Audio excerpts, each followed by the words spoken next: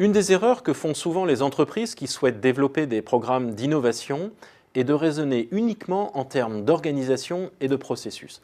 Comment faire, comment s'organiser, etc. C'est oublier que l'innovation est un processus social et que la dimension humaine est primordiale.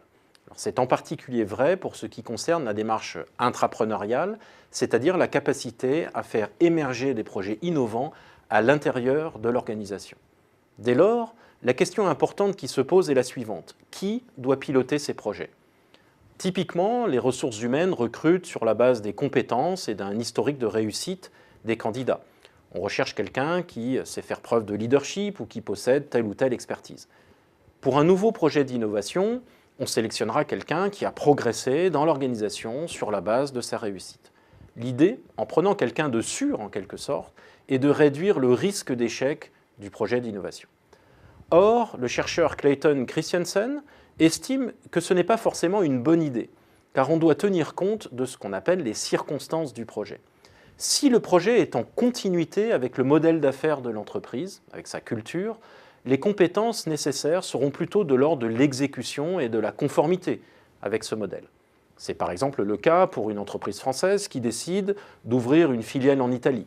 Il s'agit bien d'un projet intrapreneurial, on crée une nouvelle entité au sein de l'organisation dans des conditions assez nouvelles, mais l'offre et la demande, le modèle, au sens général, restent les mêmes. Si en revanche le projet est en rupture, c'est différent. On aura dans ce cas besoin de quelqu'un qui a déjà eu une expérience d'essais et d'erreurs. En effet, un projet en rupture sera très probablement parsemé d'impasses, de retours en arrière, de pivots, comme on dit désormais, au cours desquels il faudra se regrouper et repenser le modèle.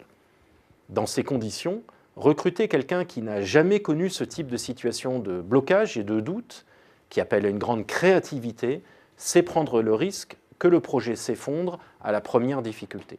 Eh bien, c'est ce qui est arrivé à la White Star Lines, qui avait choisi le capitaine Smith pour commander le voyage inaugural du Titanic, précisément parce qu'au cours de ses 40 années de carrière, celui-ci n'avait jamais eu d'accident. 40 années sans accident renforcent le sentiment que rien ne peut vous arriver, mais surtout vous prive de l'expérience même d'une situation difficile. Lorsque cette situation survient, eh bien c'est la catastrophe. Pour un projet de rupture, on recherchera donc quelqu'un qui, loin d'avoir été un bon élève à qui tout a réussi parce qu'il ou elle a bien su répondre aux questions posées, aura plutôt eu le courage d'aller chercher des situations compliquées, d'y rencontrer parfois l'échec, d'y avoir perdu son assurance et surtout son arrogance.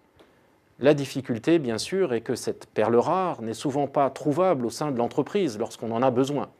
C'est le moment où des années de gestion des talents se payent cher, car cette gestion des talents a systématiquement éliminé ceux qui n'étaient pas des bons élèves. Il faut alors chercher dehors, ce qui rend le projet plus fragile, car le nouvel arrivant n'aura pas connaissance de l'organisation.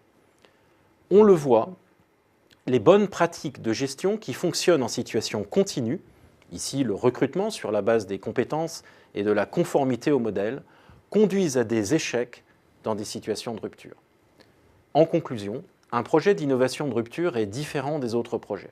Il doit donc se gérer différemment et avec des profils différents.